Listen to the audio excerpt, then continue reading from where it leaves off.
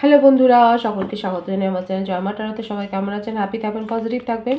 Gender specific reading এটা একদম নয়। আমার ভিউয়ার্স মেল অথবা ফিমেল যে কেউ হতে পারে। টাইমলেস কালেক্টিভ জেনারেল রেজে পিক করা হবে। সবসময় সব কথা আপনার সাথে রেজোনেট নাও করতে পারে।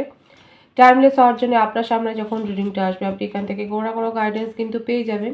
All zodiac sign based reading কয়েকটা রাশি সিগনিফিকেন্ট থাকে বলে আমি সেগুলোকে মেনশন করে দিই। সর্বোপরি রিডিংয়ের এনার্জি যদি আপনার সাথে ম্যাচ হয়ে যায় তাহলে কিন্তু পুরো রিডিংটাই আপনার। আজকে দেখে নেওয়ার চেষ্টা করব আপনার পার্সনের ট্রু ফিলিংসটা কি, আপনার কারেন্ট এনার্জি, ডিভাইনের গাইডেন্স কিছু থাকলে সেটাও দেখে নেওয়ার চেষ্টা করব।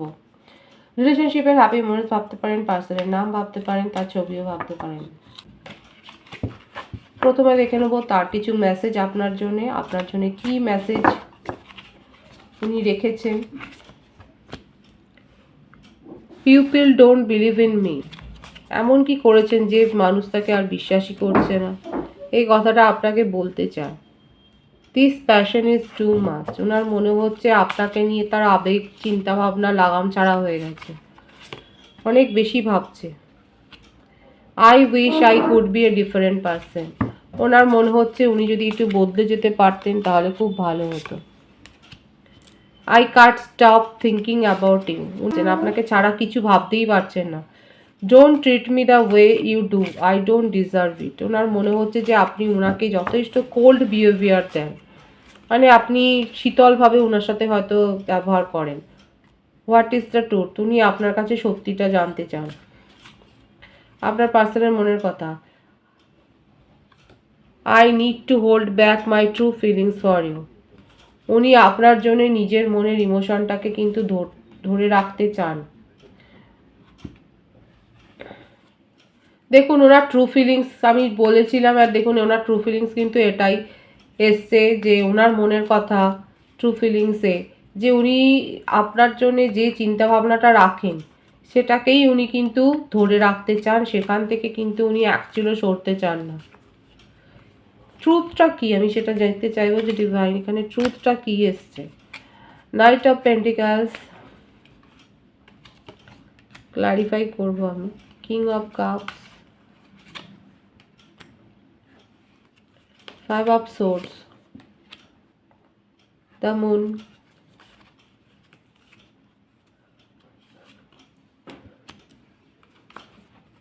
Page of wands. প্রত্যেকটা রাশির জন্য রিডিং এবং প্রত্যেকটা রাশি এসে গেছে বলে আলাদাভাবে মেনশন করব না। বার্থডেট যেটা বেশি এসছে 5, 23, 14, 18। মীন রাশিটা একটু স্ট্রং আছে, মীন আছে, বৃষভ আছে, বৃশ্চিক। প্রত্যেকটা রাশির জন্যই কিন্তু রিডিং। দ্য ম্যাজিশিয়ান,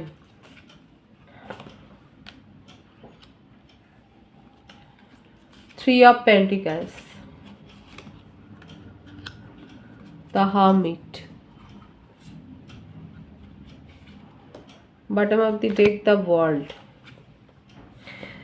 এখানে আমি জানতে চেয়েছিলাম ট্রুথটা কি। দেখুন ট্রুথ হচ্ছে এটাই যে তার লাইফে এমন কেউ রয়েছে, ফেমিনিন পার্সন, ফেমিনিন পার্সোনালিটির ব্যাপারটাই বেশি এসছে, জেন্ডার স্পেসিফিক রিডিং নয়।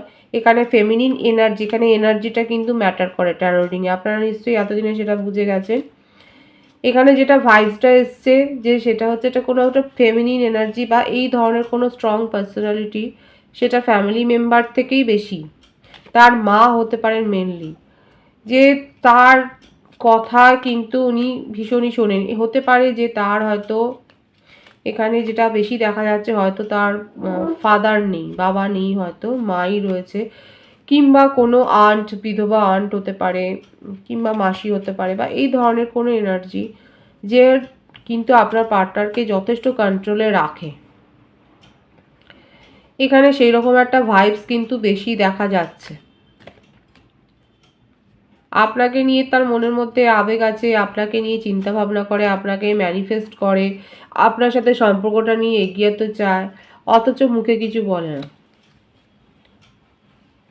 বলে না এই জন্যই যে তার জীবনে একটা ব্যাকগ্রাউন্ড রয়েছে, একটা ডার্ক পাস্ট রয়েছে।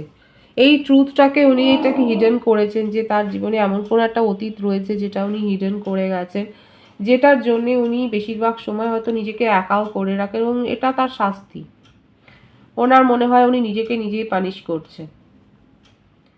যে থার্ড পার্টি সিচুয়েশনই থাকুক না, সেটা যদি তার ফ্যামিলি হয়, যদি কোনো স্ট্রং কোনো রিলেশনশিপ থাকে যেটা টক্সিক হয়ে গেছে, যেখান থেকে উনি বেরিয়ে আসতে চাইছেন, যে তাকে সাপোর্ট করেনি, যে তার এনার্জি ড্রেন করেছে, যে আপনার পার্টনারকে সুখী রাখতে পারেনি, অথচ সেখান থেকে বেরিয়েও আসতে পারছে না, হয়তো ফ্যামিলির চাপে পড়ে, হয়তো ফ্যামিলি থেকে এমনকি কাউকে দেখে দিয়েছে, আপনার পার্টনার বেরিয়ে আসতে চাইছে কিন্তু পারছে না, এবং যার সাথে হয়তো তার এই বন্ডটা রয়েছে সে তাকে হ্যাপি করতে পারেনি। দেখুন, সে চিট করেছে, আর এই কথাগুলো উনি বলতেও পারছে না, নিজেকে একা করে রেখেছে, শুধু মনের মধ্যে এই আলোচনাটাই চলে যে তার কি দোষ আছে। সেখান থেকে আপনার সাথে হয়তো একটা থ্রু ইন্টারনেট, সোশ্যাল মিডিয়া মারফত হয়তো একটা ফ্রেন্ডলি রিলেশনশিপ হয়তো গড়ে উঠেছে এখানে, এই ব্যাপারটাই বেশি এসছে, লং ডিস্টেন্স রিলেশনশিপ।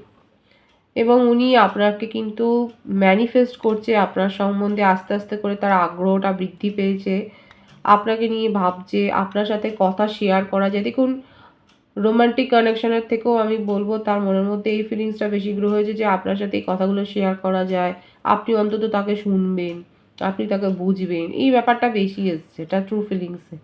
এই ট্রুথটা, এই সত্যিটা উনি কিন্তু বলতে চায় যে আপনাকে তিনি ভরসা করেন, এই ব্যাপারটা কিন্তু এসছে।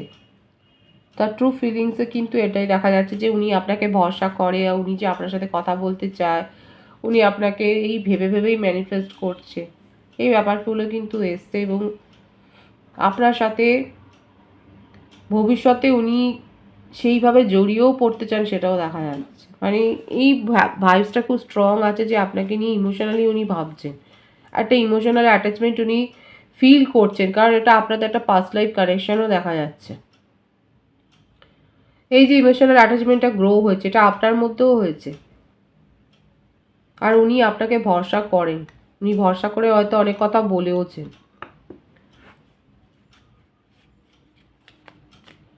যদি ভুল বোঝাবুঝিও হয় ওনার তরফ থেকেই কিন্তু উনি ভুল বোঝাবুঝিটা যে মিটিয়ে নেবে সেটাই দেখাচ্ছে। ফ্যামিলি যদি ম্যাটার করে, ফ্যামিলির এগেনস্টে গিয়ে আপনার জন্য যে স্ট্যান্ড নেবে সেটাও কিন্তু দেখা যাচ্ছে এখানে। যে থার্ড পার্টি থাকুক না কেন, সেখান থেকে বেরিয়ে এসে যে আপনার জন্য স্ট্যান্ড নেবে, এটাই না উনি ভেবে ভেবে এটাই সিদ্ধান্তটা নিয়েছেন।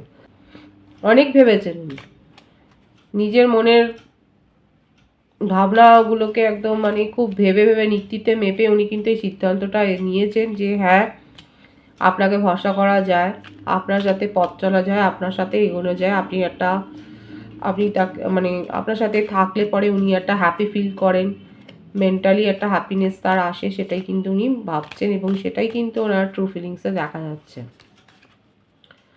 আপনার কারেন্ট এনার্জিটা দেখব, এইট অফ ওয়ান্ডস, প্যাশন তো দুজনের মধ্যেই রয়েছে, 9 অফ সোর্ডস। আপনি ওনাকেই দায়ী করেছেন, যা কিছু হয়েছে আপনাদের রিলেশনশিপে, যেটুকুই যা কিছু হোক না কেন, হয়তো একটা ইমোশনাল অ্যাটাচমেন্ট তৈরি হতে হতে উনি হয়তো হঠাৎ করে ব্যাকআউট করেছেন, এবং সেটার জন্য আপনি ওনাকে যে দায়ী করেছেন সেটা দেখা যাচ্ছে পরিষ্কার।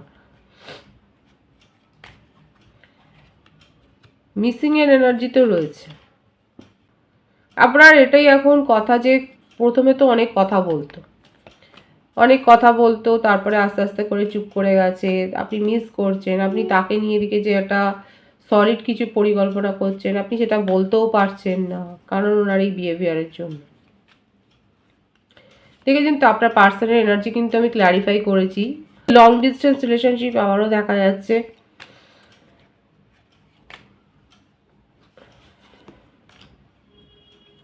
এবং সেপারেশন তো আছে।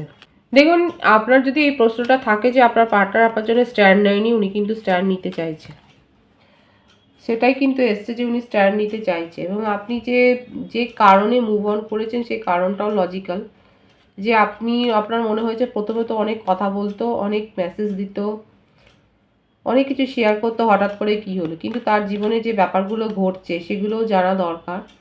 কারণ আপনার যে প্রশ্নটা প্রথম ছিল যে উনি তো স্ট্যান্ড কখনো নেননি, দেখা যাচ্ছে যে উনি কিন্তু স্ট্যান্ড নিতে চাইছে।